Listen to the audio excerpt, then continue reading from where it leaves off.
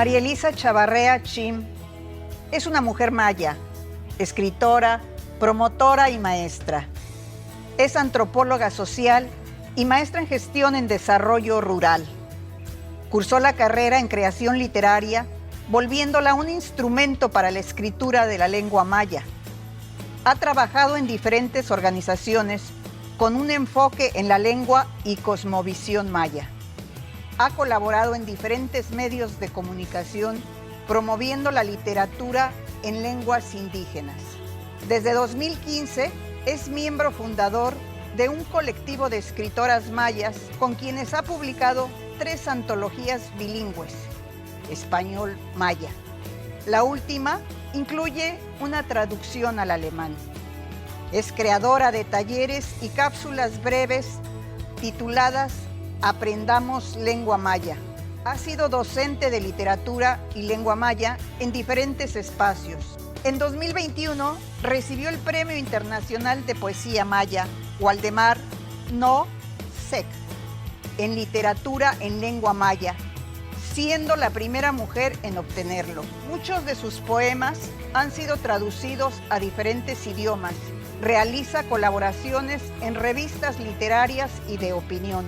En 2023 formó parte de la campaña Mujeres que Inspiran y utilizó la tribuna en el Congreso del Estado para hacer un llamado a fortalecer la lengua maya en Yucatán.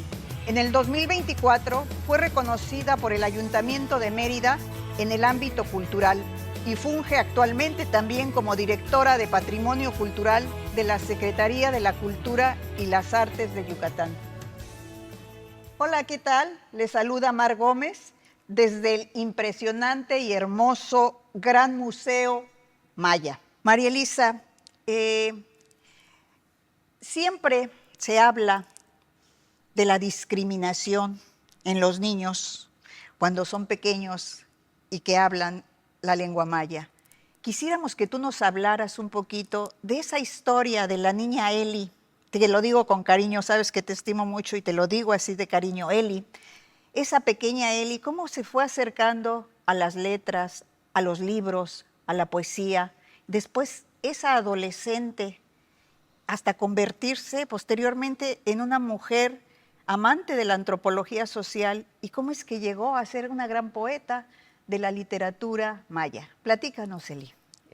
Bueno, la historia es algo compleja y al mismo tiempo, bueno, yo lo veo ahora después de ya pasado 40 años como algo, eso que te da ya fuerza, valor para continuar en este camino. Yo siempre digo que las personas estamos en este mundo terrenal y que nuestro paso tiene que dejar algo y que siempre estamos porque en ese punto nos pusieron, y si nos pusieron en ese punto es porque tenemos una misión para dejar y para hacer, ¿no?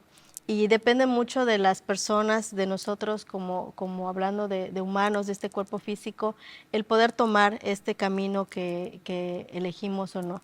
Mi niña, bueno, yo nací en una comunidad que se llama Chumayel, que está a 1 hora aproximadamente de Mérida, en el sur, y creo que soy muy afortunada. Yo cuando digo Chumayel me emociono, me estremezco, y el pensar que voy a ir a mi comunidad es algo que a mí en lo personal me apasiona. No hay como regresar a tu comunidad. Bueno, yo salí de mi comunidad casi a los 5 años porque mi papá se enfermó hace unos años. La salud era un tema pues para decir que no es como actualmente, aunque hasta la fecha hay mucha pobreza todavía en algunas comunidades. El problema de la salud sigue siendo un problema, pero hace unos años una diarrea, una disentería que le daba a las personas era muy, muy difícil de curar en las comunidades, y justo eso fue lo que nos hizo venir a la ciudad de Mérida y quedarnos a vivir aquí. Y cuando llego y solo hablo lengua maya, híjole, no entendía yo el español. Desafío. Un desafío el poder entender y poder comunicarte pues en español con las otras personas. Y bueno, durante esta etapa mi papá, siempre que me disculpe mi papá, pero siempre digo, es que mi papá me decía que para qué íbamos a hablar lengua, la maya, si no nos iba a servir para nada. lo que nos iba a servir era el español, ¿no? Entonces, a partir de nuestros papás también yo creo que hay esta interiorización de que la lengua maya o nuestras raíces, el venir de una comunidad, pues no nos iba a servir, ¿no? Y también el estudio. A partir de eso, bueno, yo también, mis papás se separaron justo casi por cumplir los 18 años y tuve que ser la que se encargara del hogar. Entonces, además de estudiar, además de hacer las labores del hogar, yo quería seguir formándome, porque yo estaba muy convencida que no quería vivir la misma situación que mis papás pasaron, ¿no? Y pues yo era como la mamá de la casa, entonces antes de irme a la escuela por las tardes, yo ya había cocinado, bueno, eso te ayuda muchísimo Claro, también bastante. porque aprendes a cocinar, aprendes a lavar y a tener una familia que no es tu familia porque son mis hermanos, ¿no? Y así fue como terminé la prepa, estudiando, trabajando y teniendo pues muchos desafíos. Entonces cuando ahora yo digo, bueno, tengo un hijo, le digo a mi hijo, en la época en que yo crecí, no era como ahorita que teníamos muchas becas. Para poder terminar, estudiar, pues tenías que acceder a una beca y alguien que Así te es. ayudara para poder formarte. Entonces, yo creo que esto también es lo que te da este carácter de decir, yo quiero esta meta y la tengo que cumplir, ¿no? Entonces, eso también creo que era algo muy claro que yo tenía en mi, conforme fui creciendo, porque no quería repetir esa misma historia de, pues que mis papás habían tenido porque no querían que habláramos pues la lengua maya. No me había tomado una pausa de sentarme y decir, a ver, todo este camino que has recorrido, ¿cuál ha sido? Entonces, cuando yo miro el otro día me sentaba yo a hacer una relación de qué textos, qué libros se habían publicado, dónde aparecía mi trabajo, alcé una bolsa y que es la que traía justo hoy y Es dije, wow, impresionante. pesa mucho. Entonces no había yo no me había sentado justo a revisar como que toda esta trayectoria que había venido detrás y que ahora me encuentro de repente algunas personas y me dicen, maestro, usted me dio clase, no se acuerda de mí. Y creo que eso es muy satisfactorio, ¿no? Porque dejas una huella en todas estas personas con las que has trabajado, porque, bueno, yo he trabajado también en comunidad y sobre todo con mujeres, ¿no? Con la parte organizativa, con la parte de acompañamiento, ¿no? Con el tema de los derechos, ¿no? Pues de las mujeres, que finalmente ha sido mucho más difícil este camino para nosotras como mujeres y viniendo de comunidades, pues mucho más, ¿no? Entonces, el ser tú como un referente de esto y ver que has trabajado y tus textos y tu literatura se está quedando. Y yo digo siempre, ¿no? La literatura es una herramienta que nos da como una herramienta para hablar de lo que nosotros querramos, de nuestro cuerpo, del territorio, de todo esto que nos inspira y nos motiva el Qué día a día. interesante, Eli. Sin duda, esto pues hace a la niñez, a las niñas. Me estaba imaginando ahorita que comentabas a las niñas con un pensamiento crítico, con un pensamiento diferente, con el pensamiento de una mujer que inspira como tú. Y de eso y más vamos a seguir hablando después de un corte. Regresamos.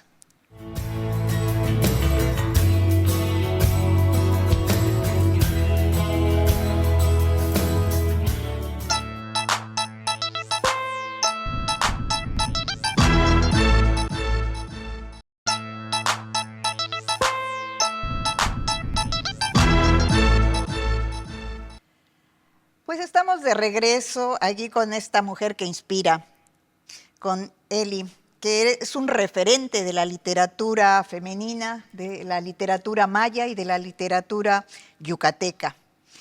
Sé que has trabajado también como portadora de saberes tradicionales, sé que has trabajado también fuertemente defendiendo el patrimonio cultural, pero también has trabajado mucho en esta parte que nos comentabas ahorita de la introspección y de estimular esa parte del espíritu y del alma que en maya es tan valorado con la poesía. Cuéntanos de esos linajes tan reconocidos en ti, de la piel, de tus raíces, de tu corazón, que todo eso está en la poesía de Eli Chavarría.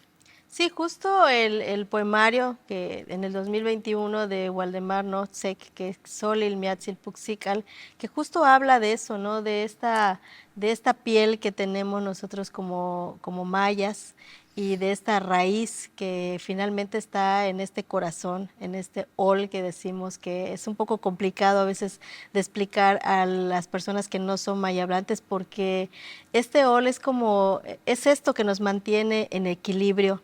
Si tu ol está en armonía, tu cuerpo también, todo tu cuerpo está justo en armonía, en equilibrio, y que cuando hay un desbalance de este ol de nosotros, entonces suceden como muchas cosas, enfermedades, en fin, ¿no? Así es. Entonces, para nosotros el estar con este espíritu sano, pues también implica que tu cuerpo y puedes hacer muchas cosas de manera tranquila y relajada. Y justo esto creo que es lo que a mí me da mi pueblo, mi comunidad, esta tranquilidad, y es donde yo muchos de los textos que tengo justo en este poemario es lo que me ha permitido inspirarme desde el olor a tierra húmeda de la comunidad. Recuerdo mucho mi niñez cuando salíamos bajo la lluvia y nos tirábamos en la tierra roja, y también cuando caía, por ejemplo, el granizo y se recogía el primer granizo que salía, recogíamos, mi papá o mi mamá nos decían que recogiéramos el granizo y lo revolvíamos con la tierra roja, y eso se podía guardar. Entonces, cuando alguien le daba una papera o se le hinchaba el cachete, pues nos íbamos con el remedio casero Medicinal, inmediato, la porque medicina. eso era fresco, entonces te lo ponías y se desinflamaba. O esta creencia también de nuestros abuelos, de nuestros papás que les tocó sembrar en la milpa, de cómo la milpa finalmente es el que nos da el alimento, y que si nosotros como personas, como seres humanos, estamos acabando con nuestras tierras, con nuestro territorio, se pierde, donde ya no ya no se va a producir el alimento, ya no se le va a ofrendar a nuestros dioses, a nuestros yunziles, ya no vamos a poder hacer el chachac, ya no vamos a poder hacer el Hetzlum, ya no le vamos a poder rezar a los 4 puntos cardinales y al centro. Y también los consejos de las abuelas, estos consejos de las abuelas que se cocían cerca del fogón, cuando en las mañanas nos servían el café recién quitado pues de la candela, la tortilla recalentada, con nuestra carne salada que tomaba del spet, o las galletas que ahí compartíamos bajo o cerca del fogón con el gato ahí, anunciando la llegada o no de alguien, o cómo la candela se mueve anunciando que alguien nos va a visitar, o cerca está donde se ponía el agua o donde se almacenaba el maíz, todos estos espacios que resultan ser parte y no de la imaginación, porque finalmente es donde crecí, es parte de mi niñez, y que haya una añoranza que decimos, bueno, esta piel como maya, ahí está, y finalmente está en nuestro corazón, y al final es lo que se transmite pues a través de de las letras. Todo esto es lo que nos da esa poesía, el transformar los espacios, los momentos en palabras, en letras, y hacerlo poesía. ¿Nos podrías compartir algo de tu trabajo, de la infinidad de poemas, de poesías que tienes pues en antologías, en libros propios? Compártenos algo, por favor, Claro. Eli. Y bueno, este poemario, Sutukilchiknal, que es Tiempo de volar, justo habla de eso, ¿no?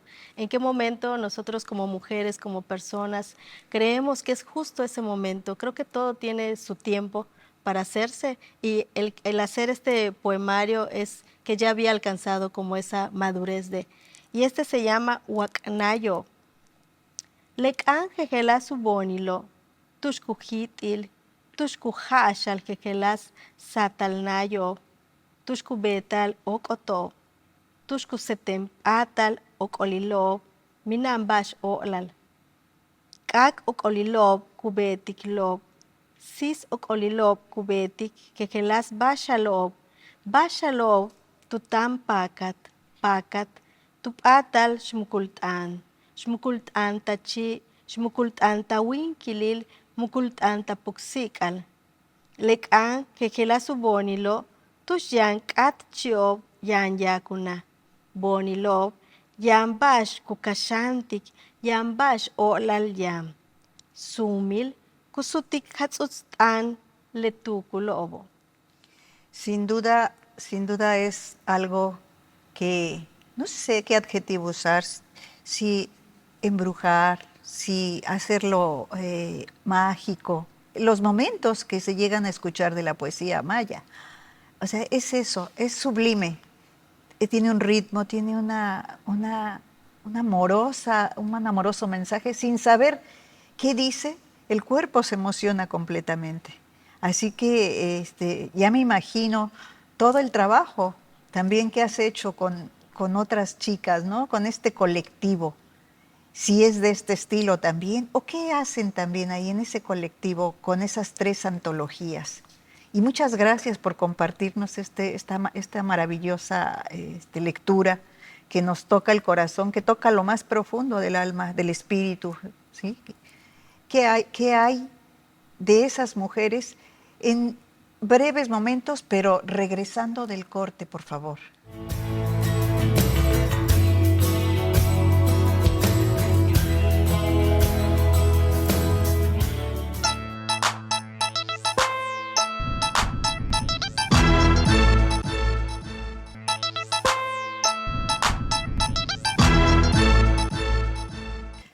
Pues comentábamos con la maestra Eli que su vida ha estado marcada por la lucha, por la historia, por la resistencia y la dignidad de la identidad maya y de las mujeres mayas.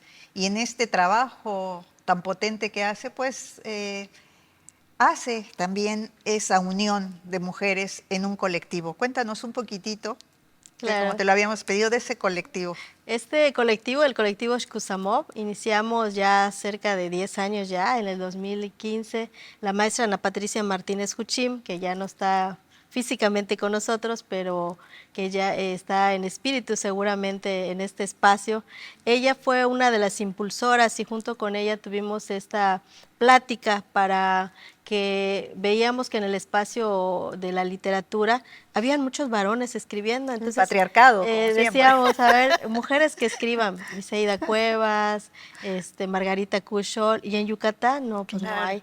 Y justo como estábamos estudiando en la Escuela de Creación Literaria, habían algunas chicas que venían de comunidades, porque la escuela estaba aquí, y decíamos con la maestra Patti, ¿y si las juntamos?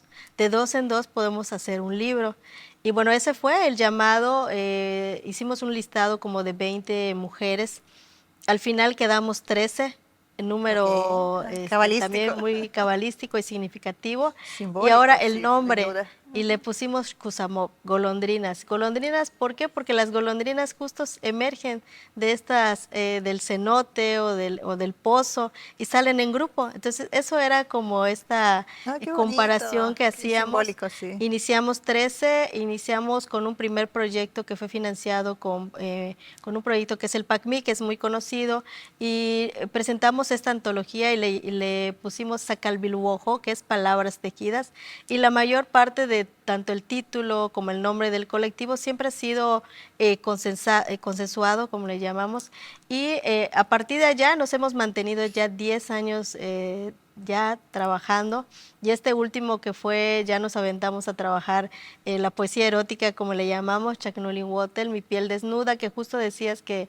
tiene una traducción en alemán, porque lo trabajamos con un colectivo que se llama Nepantla Atelier, y me parece que lo que nos ha mantenido a nosotros unidas como colectivo es trabajar para la visibilización de la lengua maya y de las mujeres, sobre todo que venimos de las comunidades, que a pesar de ser madres, a pesar de ser trabajadoras, hemos logrado tener una formación y que esto pues nos ha permitido incursionar en el ámbito de la literatura y que bueno, vamos caminando juntas y que nuestro objetivo es esto, dar a conocer la literatura, nuestra propia lengua y justo abonando a que la lengua maya no disminuya este número de hablantes. Es como nuestra aportación Claro. a que la lengua maya se continúe hablando.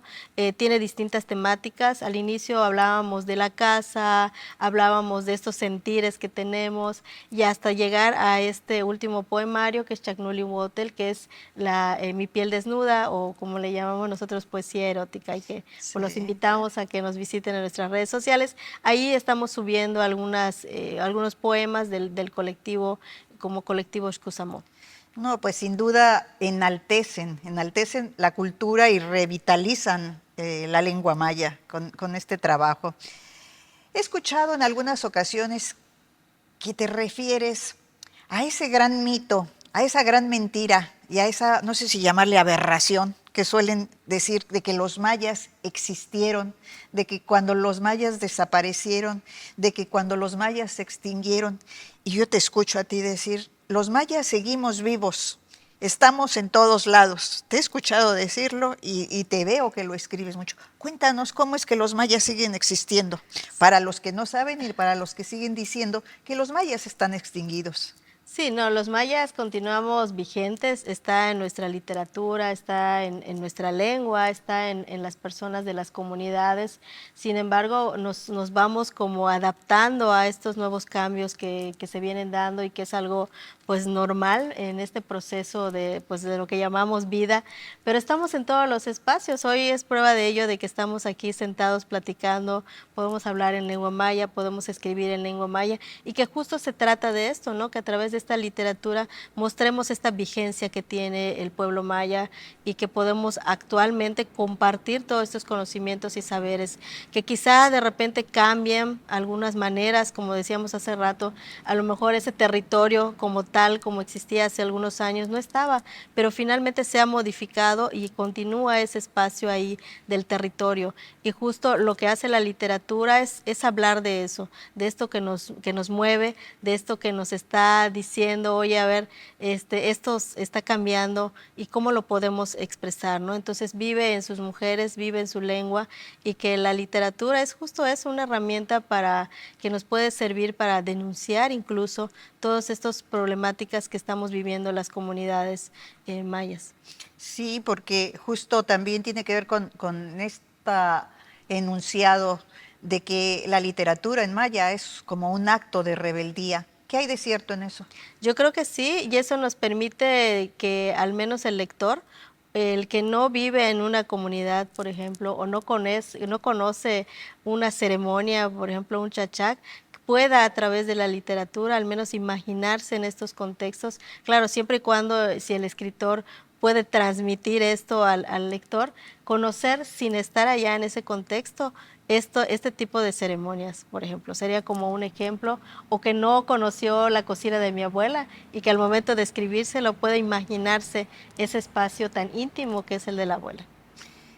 ¿Cómo fortalecer esta posibilidad de acercarnos más al respeto por la literatura maya sin poderla entender aparentemente, hasta que nos hacen la traducción? Porque, bueno, tengo entendido que también tú estás certificada en la traducción de la lengua maya y nos haces el favor en muchas ocasiones, tú como muchos otros escritores mayas, de hacer las traducciones y de poderla entender, porque, bueno, cuando la escuchamos la sentimos, nos emocionamos, se nos eriza la piel y demás, pero ¿qué mensaje nos podrías dar? ¿Qué podríamos hacer para acercarnos así más y para concluir ya esta mañana, día, perdón, sí, contigo? yo creo que ser un poco más empáticos con la población que habla maya, tratar de ponernos en el lugar de las personas maya hablantes, porque hacemos un doble esfuerzo nosotros como escritores, porque además de que creamos en maya, tenemos que ver que la versión en español también pues tenga con los parámetros y todo lo que implica crear literatura en lengua española, que cumpla también con esos criterios, porque al final las personas que no hablan maya, pues te van a leer justo en español, entonces también tiene que ser un trabajo pues bien realizado, pero también necesitamos formar editores en lengua maya. En mi caso, yo acudo también a mis compañeros que son mayablantes, que son escritores, porque a pesar de que escribo, también necesito que otras personas pues me lean, ¿no? Y me digan, sí, aquí se te fue, aquí lo puedes mejorar. Pero creo que estamos haciendo un doble esfuerzo y pedir eso, ¿no? Que también pues se abran más espacios donde podamos nada más entendernos en lengua maya. Pues sin duda te lo agradecemos infinitamente todos los que deseamos pues sentir la poesía maya en la piel, lo agradecemos infinitamente y agradecemos más tu presencia, agradecemos más tus palabras y esta gran motivación que nos invita a continuar siendo empáticos con algo que también es nuestro como mexicanos. Muchísimas gracias, Eli. Te agradecemos infinitamente la entrevista del día de hoy. Te queremos mucho y te reconocemos. Gracias.